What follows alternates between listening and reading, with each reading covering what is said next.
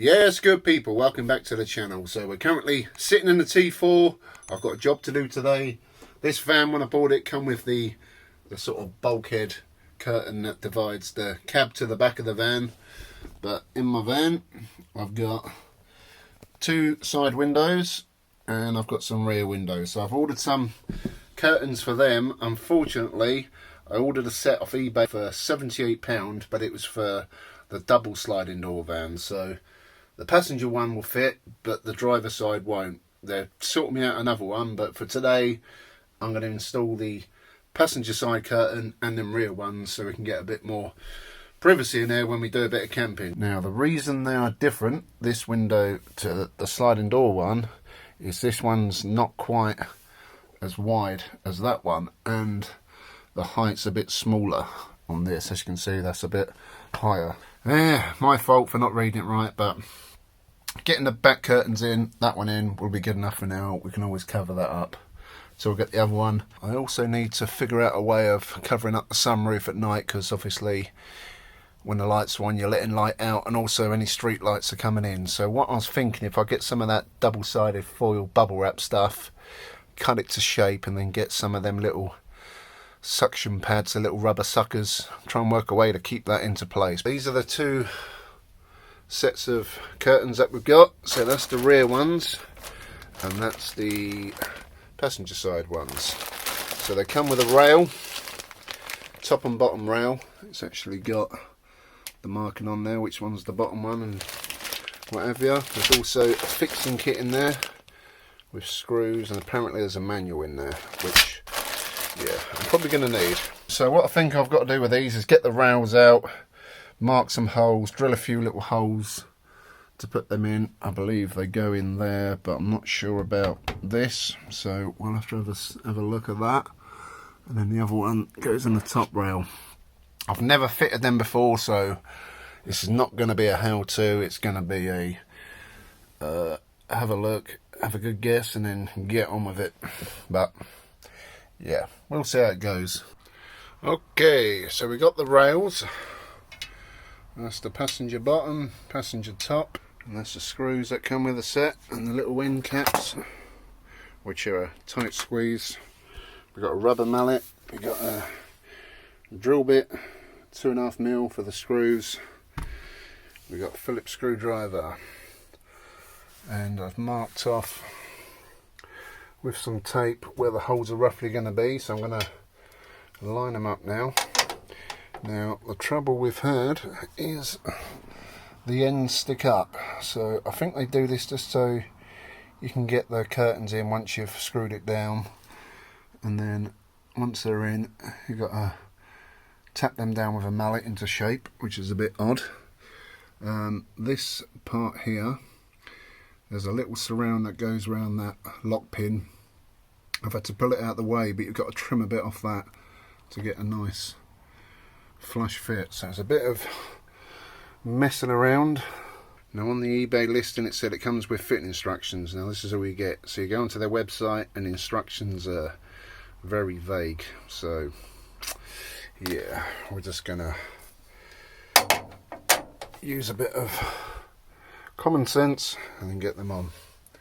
But they're definitely not a out the box flush fit. So we've sort of got one rail on, and I've just been tapping it down to make that a bit more flush. So what I've decided the angle of attack I'm going to go is I got this first hole lined up, drilled it, put the runner on, and then I've tapped this down a bit, and then while that's in place I've drilled a hole through there, and I'm going to do the same there. I think that's the best angle of approach. So what I'm going to do is leave that end cap on. I'm going to fit this, leave that cap off. I'll fit the top one, do the same, put that cap on, leave this one off because these are pretty hard to get on. Then my thoughts are I can feed the curtains through and then put the end caps on, obviously after they've been screwed down. But yeah, what I'm saying with this pin at the minute, it's flapping around. So with this surround I need to trim a bit off there just to get it in afterwards, but that ain't a problem, we can finish that off afterwards.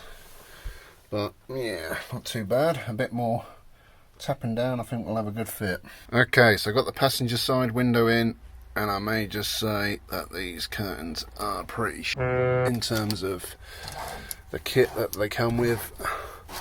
They're alright once they're up, but they involve a lot of messing around trying to hammer these into place. They're just not that brilliant in terms of precision made. You've got little poppers that I've attached to the side that keeps that in place, but yeah, it's not the best kit. They're not the greatest fit, and I'm just lining up the back windows at the minute, and they're not even, yeah, they're even worse. I've just messaged the company I bought them from, Volkswagen, and they're as good as useless. So 78 quid, they ain't bad, but look, the fit is not brilliant. You gotta make them fit, but for the price they'll do. And yeah, their customer service skills ain't the best. They don't really seem to want to help a great deal, and their instructions are very vague. So that's what they look like tied back. They do look pretty neat, but it's just a pain to fit, and you know, for a pre-made kit you'd think it'd be pretty accurate. I've had to take that surround out. It's going to require a bit of fettling, but right, I'm going to crack on with these rear ones now, and again I'll show you what it's like after. But yeah, they're not a straight fit, that's for sure. They do require a fair bit of adjustment. Okay, that's the barn door curtains done, and again, not impressed with these at all. Yeah, so I managed to get the lock pin sort of in there. I've taken the surround off. It wobbles a little bit, but that's about as good as I can get with that pushed far back. And I couldn't hammer these down with a rubber mallet any much more than that, and as you can see it sticks out because it's pretty close to the window. So I'm going to come back to this when I've got a clearer head and sort it out. And obviously, look, where you hammer them down, it squishes them out. Not the greatest, but they do the job, and they were cheap. I must admit they are a pretty good blackout curtain. So that's with the side curtain up. That's the original bulkhead one, which, as you can see, is pretty transparent, but with these ones in, close it out, you can't see through them a lot at all. Another problem with these back ones is you get the two poppers one side, but the other side you don't, so you get a bit of a gap. So I'm going to try and put a popper in there myself. I've got some knocking about somewhere, but I'll have to come back to it because I've really lost interest today. I've had enough. But look, that's what I'm saying, they're not the greatest.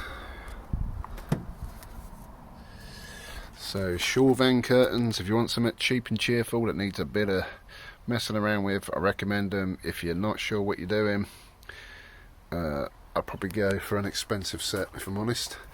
And I still need that driver side one, but for now it's an improvement.